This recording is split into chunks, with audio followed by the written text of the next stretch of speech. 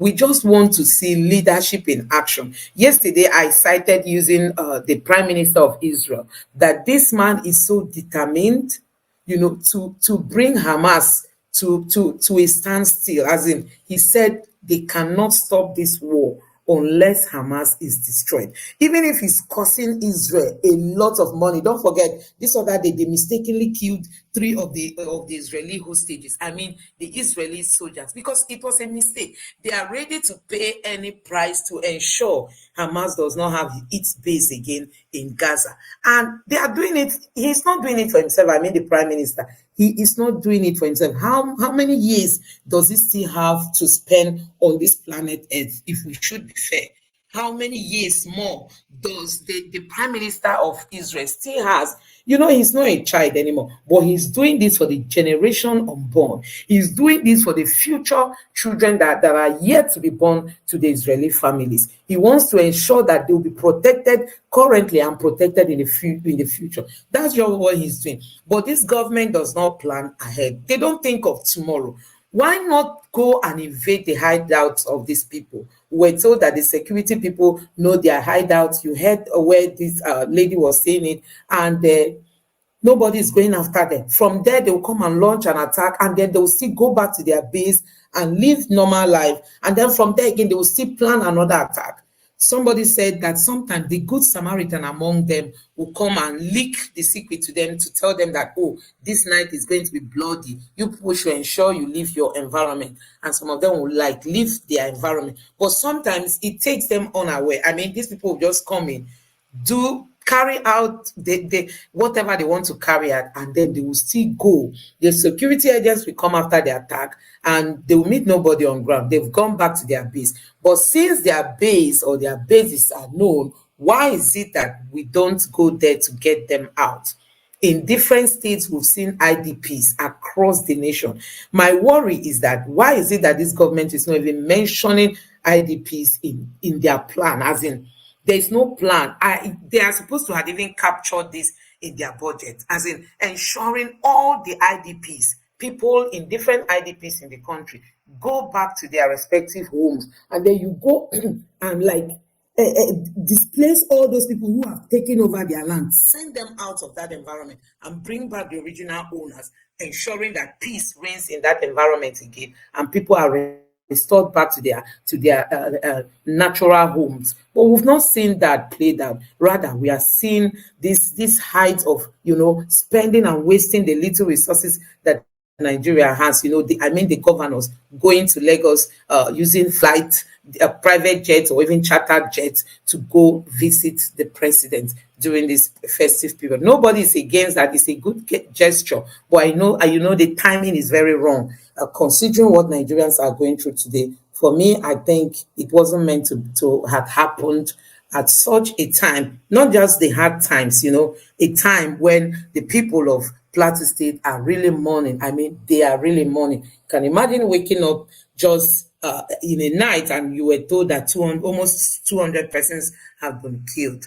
That is it. And I think we're not 100% here to verify this video because obviously it is on social media. Your thoughts quickly. We only have a few minutes. Let me be very brief. One, you were asking what was Governor Caleb Mutfwang doing at the Jollof and Pepper Soup session with the president. Yes, well, they went to visit the president for Christmas. The president is at home in Lagos for Christmas and New Year. But you recall that we interviewed the governor of Plateau State in the morning. We asked him about the exact figures. And we asked him whether he had met with President Tinubu. He told us that he was meeting with President Tinubu yesterday to give him a report. And one of the issues discussed at that visit by the Governors Forum was the issue of the killings on the plateau. So guys, what I wanted to point out here is, when we have a situation like this, was this governor supposed to have been the one to visit the president, or the president was supposed to have visited the state, at least to commensurate with the people of Plateau state. So leadership in Nigeria is always the other way round. It always goes the opposite direction. I mean, something like this happened in the state, and the governor will want to create out time to leave the state. Once you leave your state, that loophole is there. I know the acting governor might still be there, but your presence will directly or indirectly be your absence be directly or indirectly be felt. So he has to go to state to meet the president wherever he is to tell them what is happening on ground.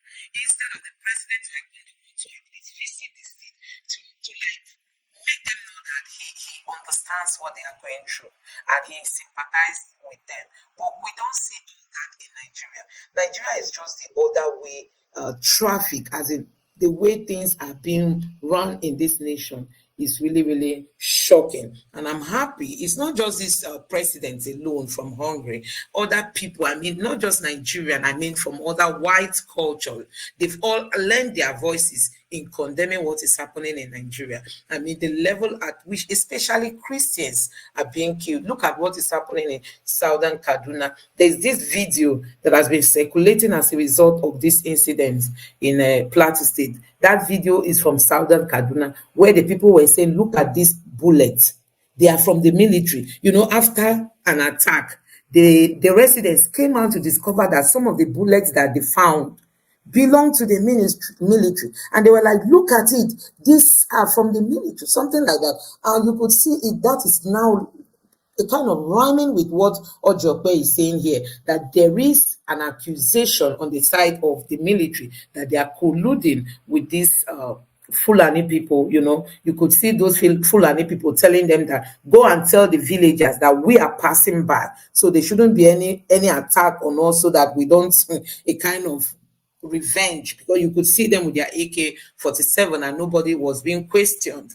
We have this kind of leadership problem where people just protect a particular set of people, and tomorrow they will tell you that EFCC has arrested 20 boys, Yahoo boys in a Delta state. They've arrested 50 in Warri. They've arrested 10 in Ibadan.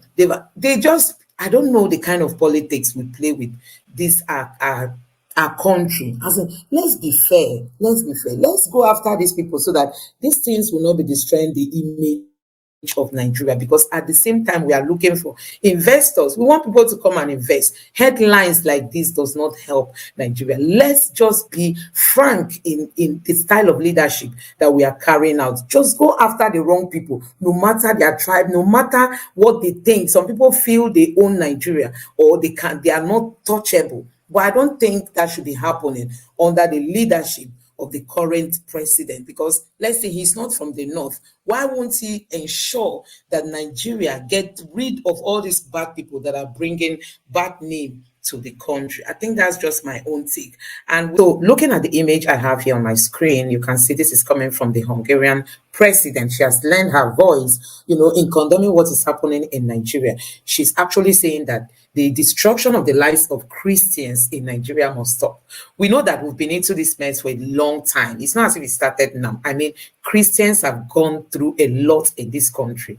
And one keeps wondering, why is it that it's as if we have more of the extremists in Nigeria than the normal people? Because these things have gone ahead to happen in Nigeria without it being curtailed. And we've seen people not being prosecuted. We've seen this kind of attacks happening and nobody is being called out. That is even the worst part of it. Sometimes you wonder why the government is usually reluctant in going after all these people, because we've seen this happen. And one keeps wondering, countries like when you go to, let's take for instance in Dubai, this is a Muslim world, but you will be there as a Christian, you feel safe, you feel safe, you feel secure in an environment that is dominated by Muslim, the Muslim community. But why is it that when we come to Nigeria, we'll be having these attacks on Christians, and it goes on and goes on. It has been there under so many governments, so many different presidents, and none of them have really had this political will to bring this to a stop. The most worrying aspect is that nobody is prosecuted, as in people will just commit this crime and just go scot-free. We saw that happen in the time of Deborah, because of one post she made in a WhatsApp group.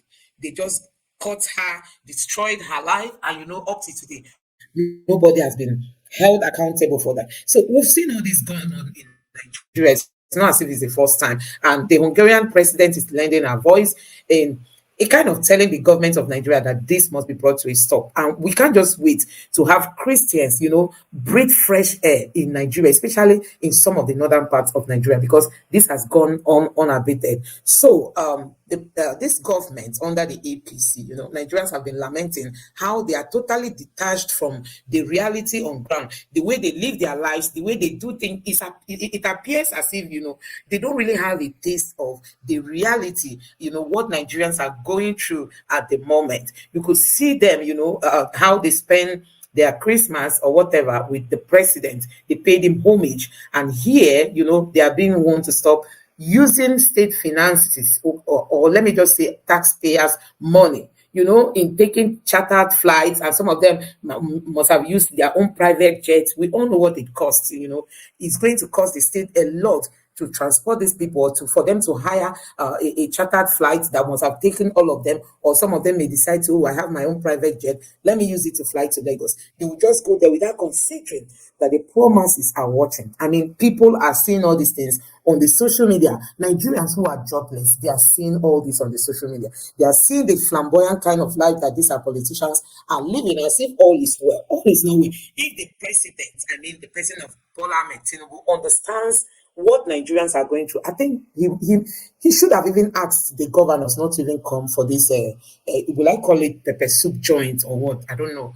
He would have just asked them that they should just forget that of this year because of the odd experience that Nigeria is into today economically. I mean, we don't have money. This is a time for us to start saving every penny, blocking all the leakages and ensuring our money is not being wasted. But you can see that they just ignored the cries of the Nigerian people and just gathered here with on a chartered flight. Possibly somebody may have equally thought of using his own private jet, all that to the expense of the Nigerian people. Because this is it. Leadership is all about you being an example, showcasing to Nigerians that together we can fix Nigeria. But what we are saying is these people just doing their own thing in a different way, as if they are living in a different world. So in this headline, they are being called upon to stop wasting state finances on chartered flights to visit Tinubu and paying him homage. And that is coming from Shehu Sani, who is an ex-senator. Don't forget to subscribe to the channel, turn on the notification bell, and also give this video a like so that YouTube can recommend it for more people to watch. Thank you very much for your time, and God bless you.